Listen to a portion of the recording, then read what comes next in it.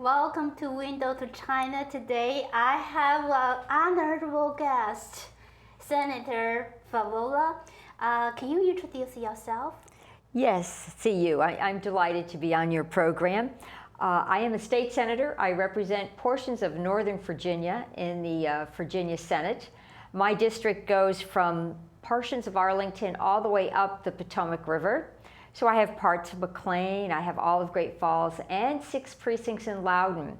So my district's known as the Potomac River District. It is really a very diverse district, and I enjoy representing 200 constituents who live within my senatorial jurisdiction. So what sort of work do you work on now, currently? Thank you for asking. I have a great passion for making our state K-12 system, our public school system, the absolute best it can be. So I'm always focusing on how to get better outcomes and how to direct necessary resources to public education. I'm working on making higher education more accessible and more affordable. I have a dual degree program that I have been working on with the community college, which will enable folks who graduate from high school to get an associate's degree at the same time if they choose that track. I've done a lot in women's health. I certainly did a great deal of work on sexual assault on college campuses this past session. I tried to prevent it and come up with new and creative ways for educating our students and for holding perpetrators accountable. So I have enjoyed my time in the Senate. I've done a lot with gun safety measures. So the kinds of issues that my constituents care about are the issues that I really take on, and I try to delve into the details so we come up with good public policy as well. I know this year you do re-election. Yes, this is a re-election year for me. I ran for the Senate the first time in 2011. But I had been a local government official for 14 years prior to that, so I had been used to running for elected office. But 2011 was my first time in this new district that was drawn, and now I'm up for re-election. So I'm going door to door, talking to voters. I have a large field team, primarily comprised of interns from the colleges and universities around the area, and we are doing mailings so folks can get some written material on who I am. I learned that Governor Terry McAuliffe kicked off the re-election for you. That's correct?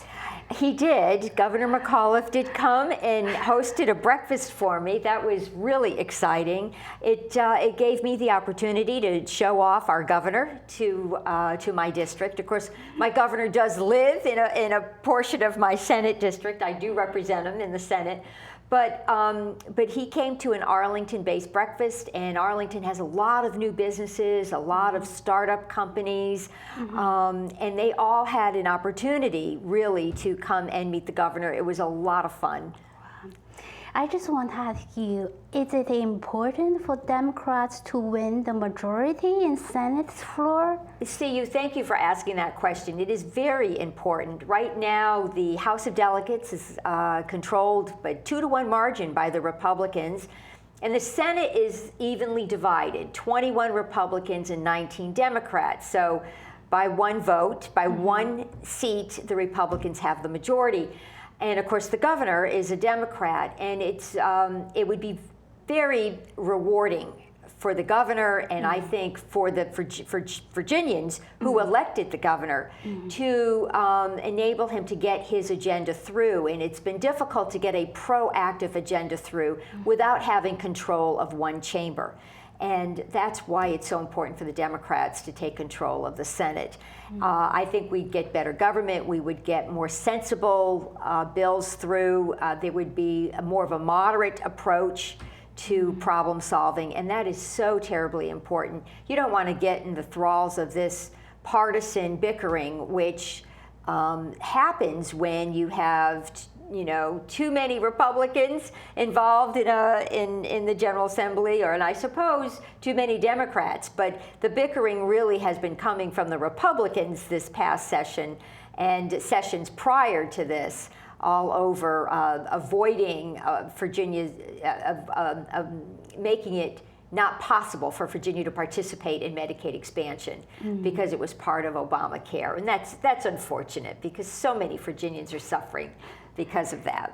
Okay, let's talk about the Virginia economy. Sure. I mean, Governor Terry McAuliffe announced fiscal year 2015 general fund revenue collections has increased 8.1% and 553 million surplus ahead of what forecast. we had predicted. That's right. Oh, the prediction? That's yeah. Okay.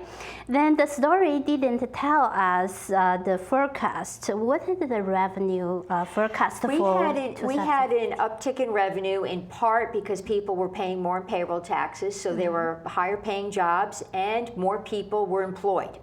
So that's where the additional revenue came. For the most part, the revenue is going into the rainy day fund because the General Assembly used the rainy day fund last year to help balance the budget so we wouldn't have to take draconian cuts in that K through 12 and higher education and other areas that we really felt we needed to either hold the line or move forward and make investments in. So we're putting the money back into the rainy day fund, and that's a very conservative approach.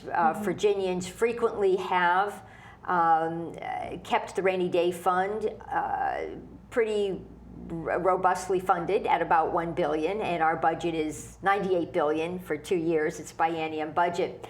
We would have done better if we had participated in Medicaid expansion, because we would have had all this federal money coming into the state. We would have been able to insure 400,000 uninsured, and many programs that we were funding in the budget would have been picked up by the federal government. So it was unfortunate that we didn't move forward with Medicaid expansion. So absent that, I guess the strategy that we used, by agreeing to use the rainy day fund to balance the budget was better than taking deeper cuts, but it was not the best strategy we could have used going forward. I mean, how Terry McAuliffe is planning to get the surplus. I mean, it's obvious. That's a wonderful thing for a governor. Right.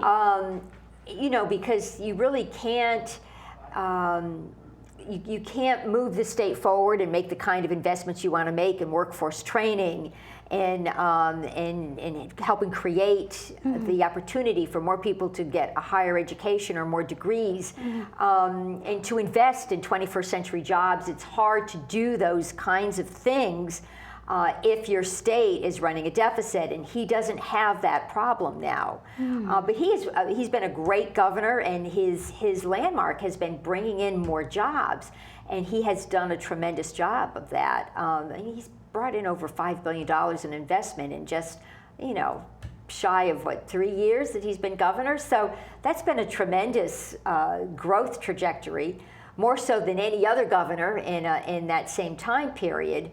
So we're very proud of him, but we have to keep moving forward. You want your state to be the best it can be. Yeah, is it enough for Virginia's needs?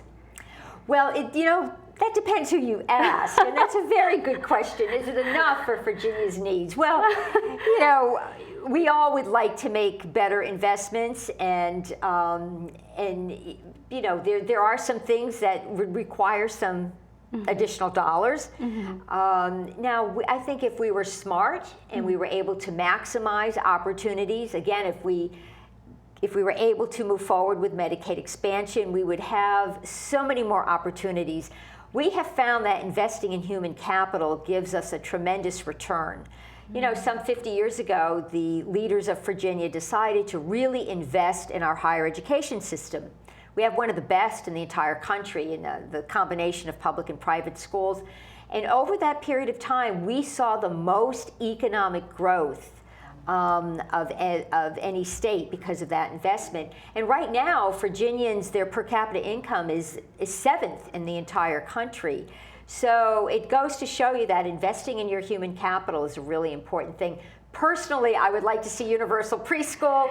I'm not sure that's going to come. Educators can get the raise, right? Yeah, and teachers did get their raise, and I'm glad they did. But I would really like to see more opportunities for our young people to get a high-quality educational preschool experience before they're 4 years old, and make that, you know, sort of a universal policy. Yeah, I know Terry McAuliffe not only focus on the Virginia itself, also brings other countries' investment to Virginia. Right. Let's talk about the China Paper Company investment. The China investment in Virginia. Well, you know, Virginia has a lot going for it. We do have a well-educated workforce. We're a right-to-work state, which is very appealing to businesses. And you know, the governor is there to put deals together. He is a consummate deal maker. So whatever a company might need to make the move easier or more desirable, the governor can actually move dollars around and make things happen. So that's a very good thing. And he has a lot of contacts. You know, it's great to have a fabulous Rolodex. Yeah, can we say that the trends can invest some more foreign investment to Virginia? I think we're probably going to get more foreign investment. You know, we've got Dulles International Airport right here in Northern Virginia. Flights around the world are easier, they're direct. You know, we are making connections all the time. Our colleges and universities are teaching our young people to think globally, to be culturally sensitive, to be able to problem solve with individuals from around the world. So it's very much a part of our culture and who we are. You know, Virginia's a very diverse state, and we have benefited from that. You know, we have a large number of Asians in our state. We have Latinos. We have individuals from around the world. Living in our great Commonwealth, and we have become stronger for it, and has enabled us to build ties with different countries. Yeah, more naturally than we would ordinarily. Right. I think yeah. So let's take a break, and then we will be right back in 2 minutes. Thank you.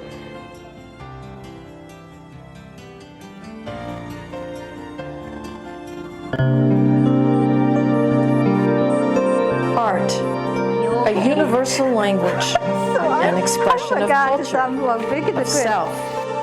And now, thanks to Empowered Women International, a way for emerging and established immigrant and refugee artists and artisans to find hope to earn a living while enriching the lives of all of us. Empowered Women International, making a better America every day.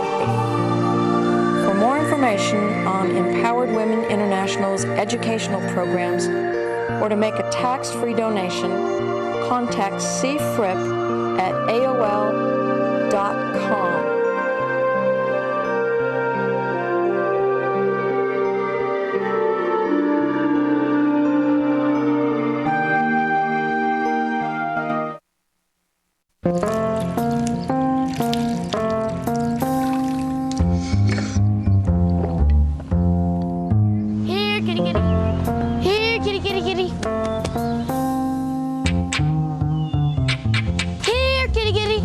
You'd think it would be easy to tell which kids have trouble with their eyesight.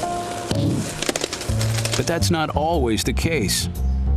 Even though 1 in 4 children may have a vision problem, eye doctors tell us the symptoms aren't always so obvious.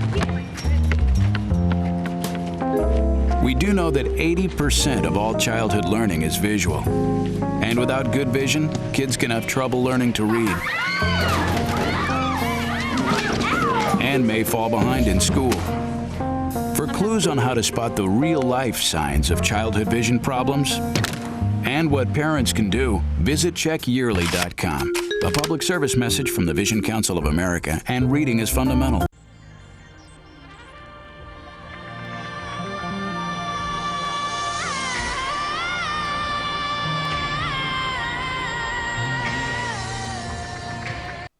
Welcome back. I have Senator Barbara Favola is with me on Channel 10. Last segment, we're talking about Terry Terry McAuliffe's economic plan. Let's move on to the campus sexual violence. Okay. I mean, that what made the Governor Terry McAuliffe act so suddenly on this? Well, he had set up a task force long before the Rolling Stone article came out. But once the Rolling Stone article came out, lawmakers were so appalled that many of us put in legislation. And the goal was to make our campuses safer.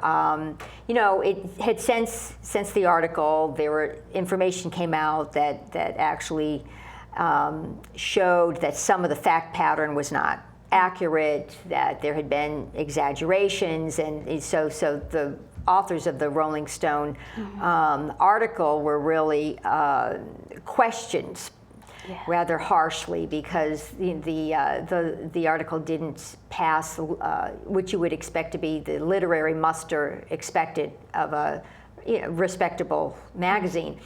But nonetheless, most of us felt that sexual assault was a real issue. You know, something actually did happen on the campus UVA, and that we needed to take some corrective action. And UVA has been a leader in taking corrective action where it comes to sexual assault. My bill, which actually passed, it was my amendment that passed the House and the Senate, and the governor signed into law, actually will require colleges and universities to place a local police officer on their threat assessment team. Right now, under federal law, when a sexual assault allegation is reported to the university, they have to establish a team to go out and evaluate the allegation and determine how significant the threat is. They have to do that under federal law. My bill requires them to add a local law enforcement official to that team.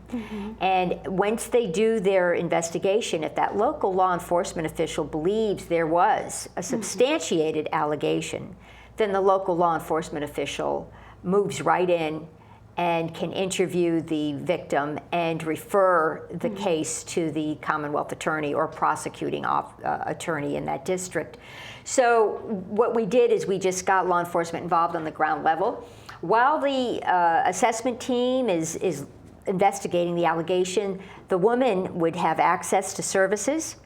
She would have some privacy. Her name would remain confidential until there's a determination that there was a substantiated allegation that can be prosecuted. In the meanwhile, my bill would require that universities actually work with sexual assault centers and local women's centers to make sure that the woman actually did receive all the counseling and all the services that she would need. Most of the victims are women, not men. I mean, over 80% are women. So this is a big deal. This will be model legislation.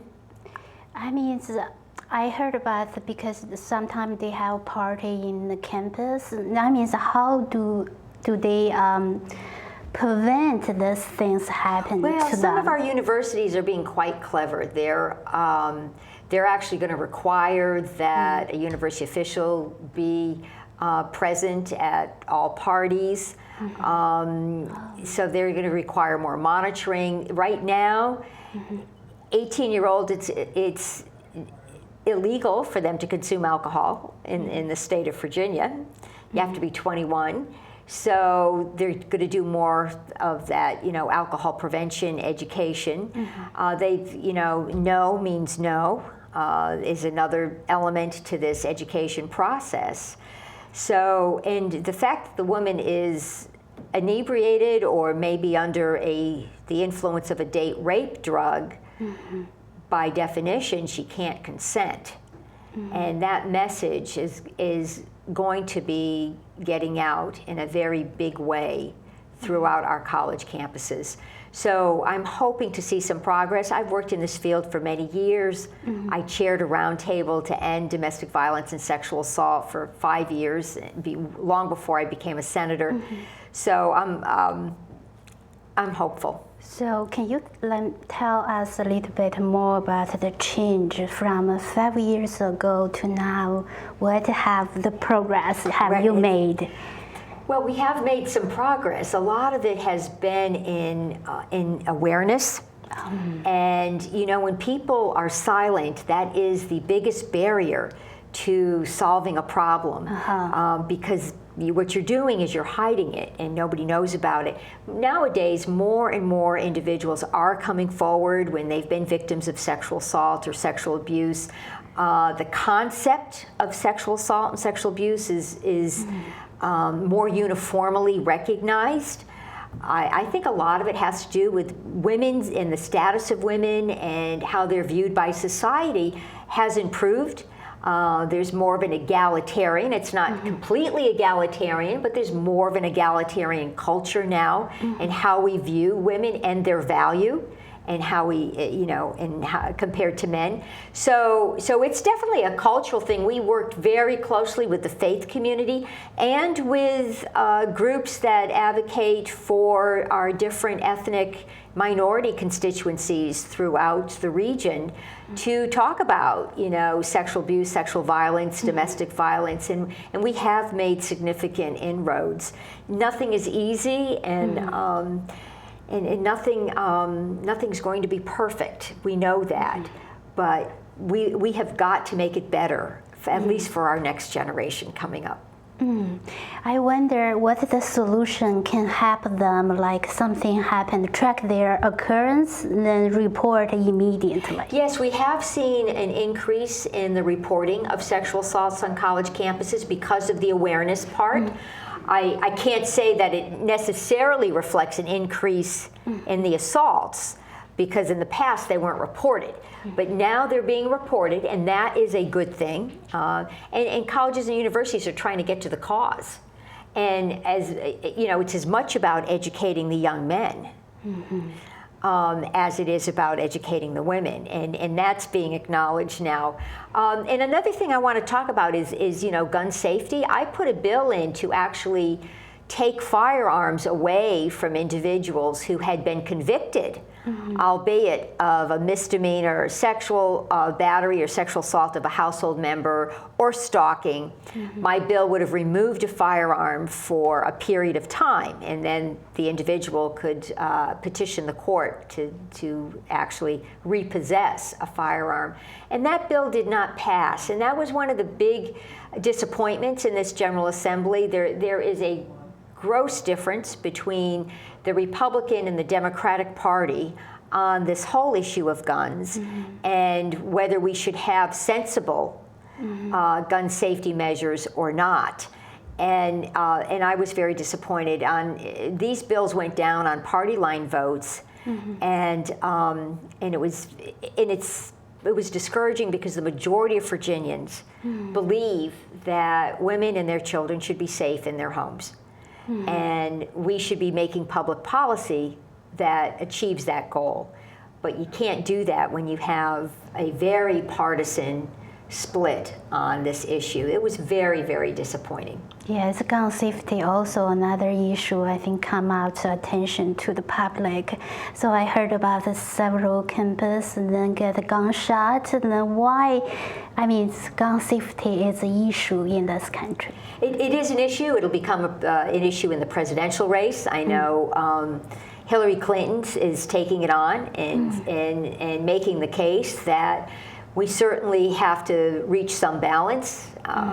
You know, individuals really do need to feel safe in their communities. They need to feel safe in their churches. Their children need to feel safe in their schools. So there has to be some balance here.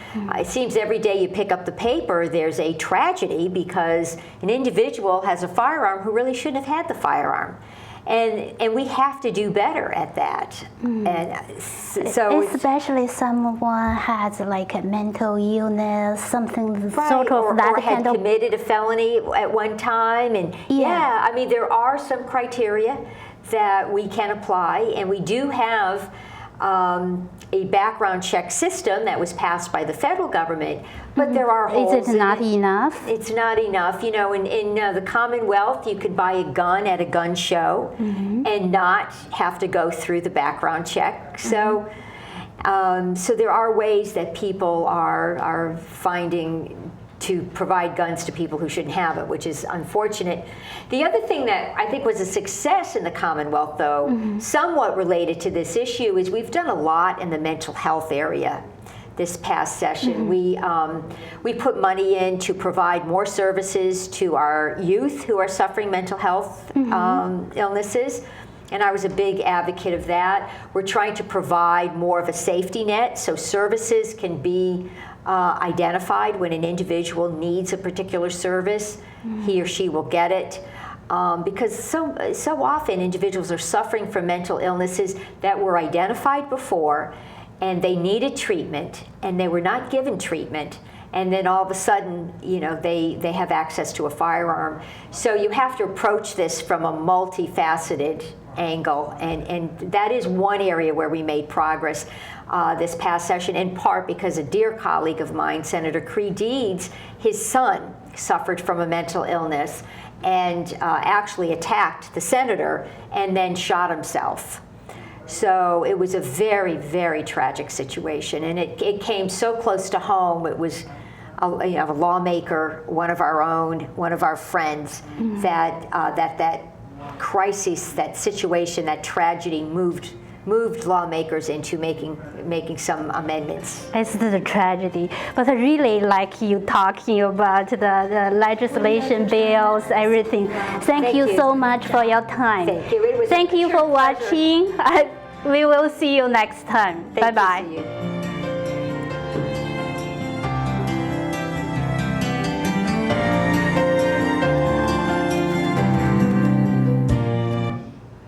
Thank you so much. You're really helpful. You can read my mind.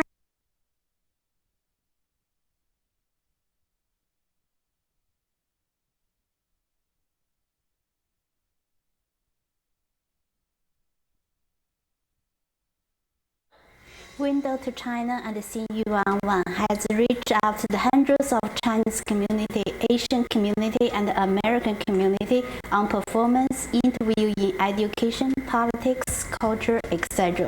It's a link for all the communities.